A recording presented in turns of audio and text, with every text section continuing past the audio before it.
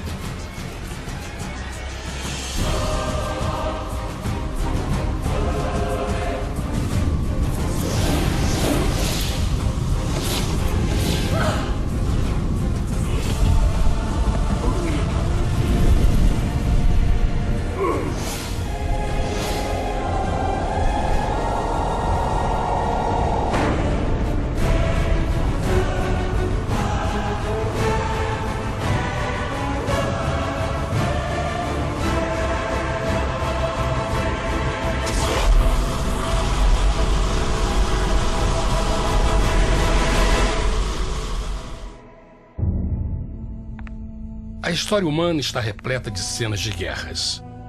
E todas as pessoas já experimentaram conflitos. Mas para entender a origem do mal, devemos viajar ao passado para a Primeira Guerra do Universo. Porque esta guerra não aconteceu na Terra. Antes que o nosso mundo existisse, houve uma guerra no céu. Mesmo as palavras guerra no céu soam como uma contradição. É quase inimaginável para nós que pudesse haver batalhas e conflitos entre as criações de Deus no paraíso. O que pode ter causado este conflito celestial? Graças a um livro antigo chamado Bíblia, temos detalhes suficientes para poder juntar as peças e desatar os nós. Mesmo que trágica, é uma extraordinária e bela história de amor que vai desde o princípio dos tempos até tocar pessoalmente a você, a mim e a cada indivíduo na Terra. Nossa história começa há muito tempo atrás na capital do universo. Em um lugar chamado Céu, que estava repleto de seres angelicais que amavam fazer a vontade de Deus.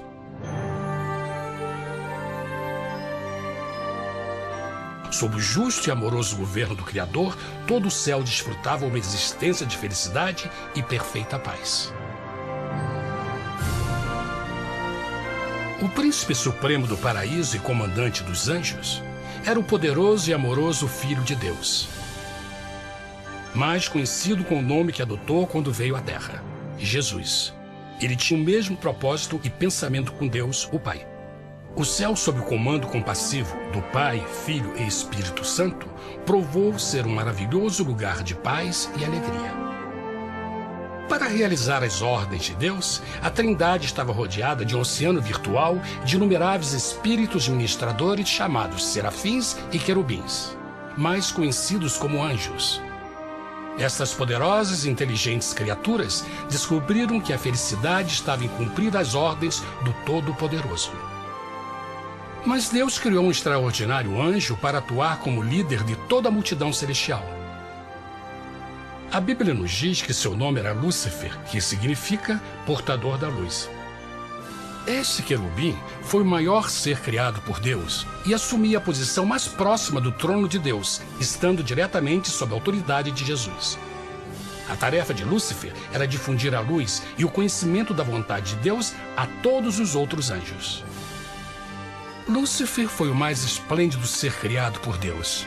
Era extremamente bonito e dotado de enormes poderes de liderança e organização.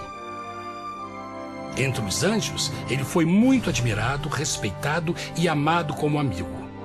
Mesmo assim, Deus previu o mal que Lúcifer estava a ponto de introduzir no reino da luz. Cheio de sabedoria e formosura, de todas as pedras preciosas te cobrias. Tu eras o querubim, ungido para cobrir, e te estabeleci. No monte santo de Deus estavas. No meio das pedras afogueadas andavas. Perfeito eras nos teus caminhos, desde o dia em que foste criado, até que se achou iniquidade em ti. Quando Lúcifer percebeu a sua beleza e poder, seu coração pouco a pouco começou a mudar. Permitiu que seu enfoque se afastasse de Deus e direcionou seu amor para si mesmo.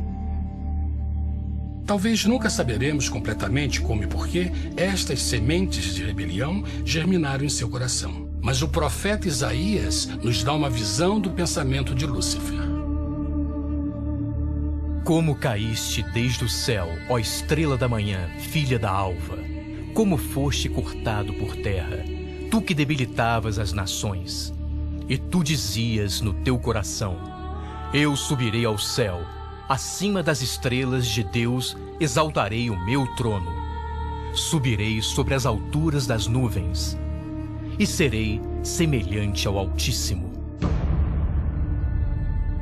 Lúcifer, aos poucos, começou a cobiçar o poder de Deus, mas não sua personalidade. Ao pensar em suas próprias habilidades e belezas extraordinárias, os perversos tentáculos do orgulho e vaidade congelaram sua mente. Este ressentimento e inveja fizeram com que ele violasse a lei sagrada de Deus e se rebelasse contra seu governo. Precisamos fazer uma pausa e esclarecer algo. Desde o princípio, Deus ordenou que as leis da física governassem o mundo material em que vivemos. Sem essas leis naturais, o universo seria um caos.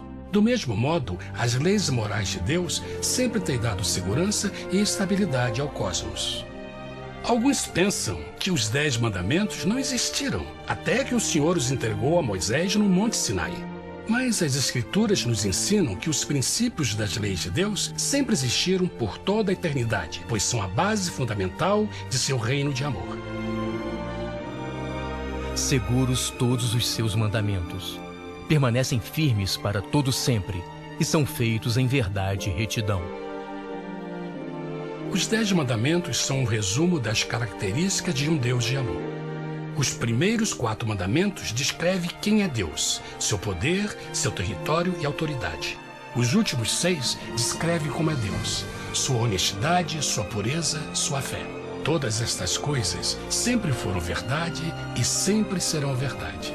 Agora, pela primeira vez na história da eternidade, Lúcifer começou a violar estes princípios perfeitos. Lúcifer sabia que se fosse compartilhar o poder e status de Deus, necessitaria de apoio.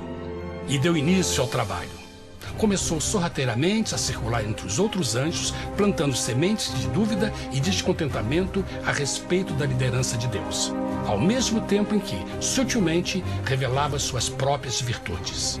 Ele insinuou que Deus abusava de seu poder divino e suas leis restringiam a verdadeira liberdade e felicidade de suas criaturas.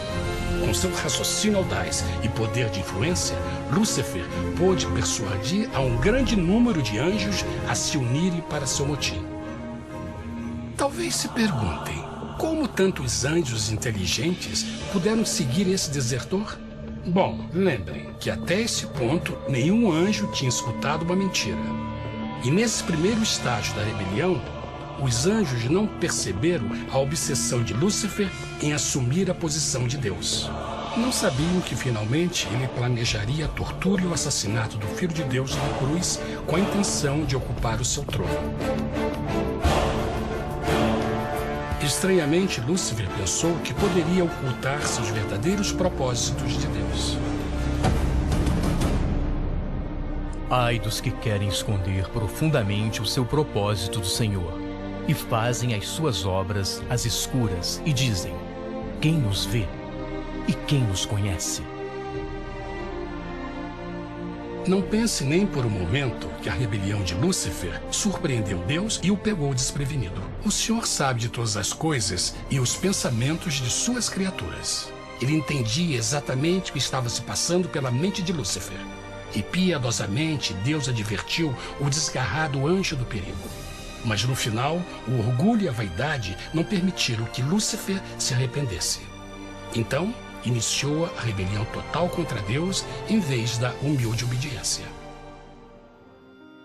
Alguns podem perguntar: isso significa que Deus criou um anjo defeituoso? Não, mas ele criou Lúcifer com livre-arbítrio.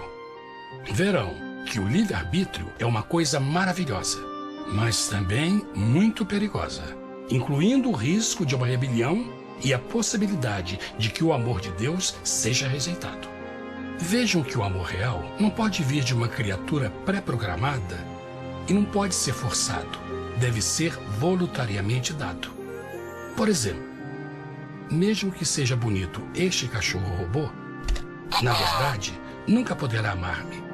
Posso fazer que pareça que me ame, mas só estará seguindo instruções pré-programadas. Não tem opção. Por outro lado, este pequenino está realmente feliz em ver-me. Ele decidiu dar-me seu afeto. E com o tempo, nossa relação se fará mais forte, enquanto eu ame e cuide bem dele.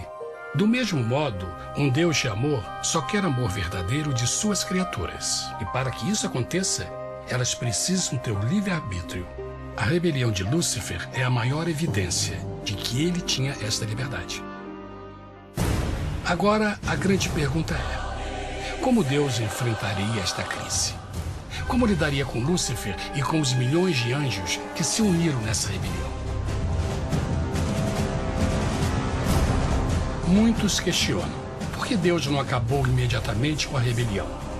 Afinal, ele poderia facilmente vaporizar Lúcifer com um raio. Mas isto teria solucionado o problema? Não, pelo contrário. Isso só teria intensificado as dúvidas e suspeitas que Lúcifer havia plantado na mente dos anjos. Lembrem que Lúcifer sabia, como ninguém mais, da engrenagem interna do governo de Deus. Sua destruição seria vista como parte de uma grande armação, e a razão que motivou servir Deus teria sido o medo da represália e não o amor. O Senhor sabia, na sua sabedoria, que a melhor forma de enfrentar a crise era permitindo que tudo seguisse o seu curso. Esta seria a única forma de se assegurar que o mal não se ergueria outra vez. Deixai crescer ambos juntos até a ceifa. E por ocasião da ceifa, direi aos ceifeiros: colhei primeiro o joio e atai-o em molhos para o queimar, mas o trigo ajuntai-o no meu celeiro. Na parábola do joio e do trigo, Jesus descreve que um tempo de crescimento é necessário para que uma planta revele sua verdadeira natureza. No seu entendimento infinito, Deus sabia que com o tempo, o caráter real de Lúcifer seria exposto e que os amargos frutos de sua rebelião seriam vistos. Até agora, os cidadãos do universo não estavam familiarizados com o pecado e até onde os levaria. Mas isso mudaria quando eles vissem por si mesmos sua terrível natureza autodestrutiva. Afinal, a sabedoria e o amor do governo de Deus seria para sempre confirmado e o universo estaria seguro. Quando Lúcifer e seus seguidores revelaram abertamente sua rebelião, o Senhor soube que não haveria paz se permitisse que eles ficassem no céu. Deveria impor um limite, entrar em ação e enfrentar os rebeldes. Mas Lúcifer e seus seguidores nunca sairiam por vontade própria ou pacificamente. O passo seguinte foi a guerra.